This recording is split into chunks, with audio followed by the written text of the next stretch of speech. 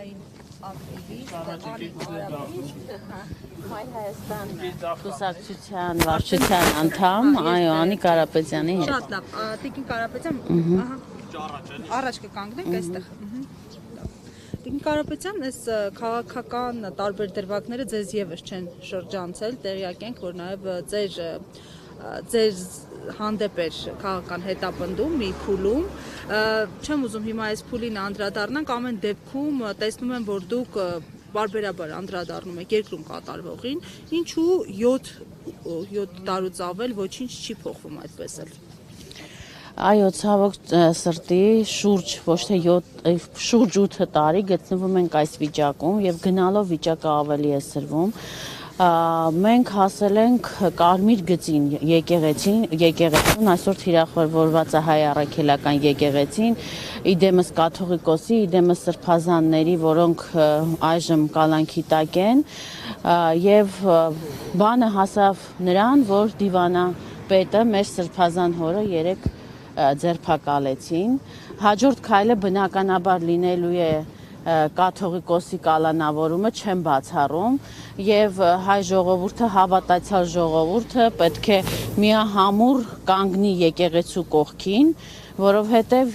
եթե մենք կորցնենք եկեղեցին եւ եկեղեցին ընկնի, մենք կորցնելու ենք Հայաստանը։ Այսինքն սա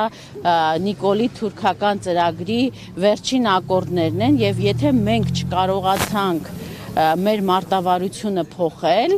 ապա մենք ունենալու ենք այն արդյունքները եւ կրկին անգամ ընկնելու ենք, այս անգամ էլ ընկնելու է եկեղեցին եւ եկեղեցու հետ միասին ընկնելու է նաեւ Հայաստանը։ Այդ մարտավարությունը ինչպես պետք է փոխել։ Նախ մենք անընդհատ խոսում ենք միասնականությունից, ցավոք այդ միասնականությունը փաստացի մենք չենք տեսնում։ Այստեղ մենք կոնկրետ բոլոր ընդդիմախոսները եւ ընդդիմության ներկայացուցիչները պետք է միասին իրար հետ խոսելու կուլտուրա սովորեն եւ կարողանան ճիշտ մարտավարություն ընտրեն, որովհետեւ պահը իրապես օրհասական է։ Եկեղեցու ընկնելը, կաթողիկոսի կալանավորումը լինելու է Հայաստանի վերջնագիրը եւ Նիկոլ Փաշինյանը վերջապես հասնելու է իր նպատակին, կատարելու է փայլուն կերպով Ալիևի ցանկությունը,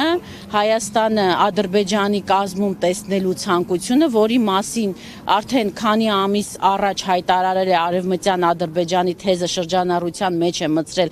Ալիևը, որից հետո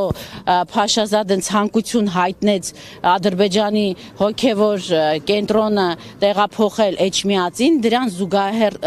զուգորդեց նաև Նիկոլ Փաշինյանի ագրեսիվ թիրախավորումը դեպի եկեղեցին եւ այս ամենը խաթարելու է հայ ժողովրդի ամբողջական եւ խաթարում է արդեն իսկ հայ ժողովրդի հավատքի այդ ամբողջականությունը, որի հետևանքները լինելու են անդառնալի եւ ցավոք սրտի եթե ընդդիմությունը չսթափվեց եւ մարտավարությունը չփոխեց եւ շարունակական ոնց 8 տարի է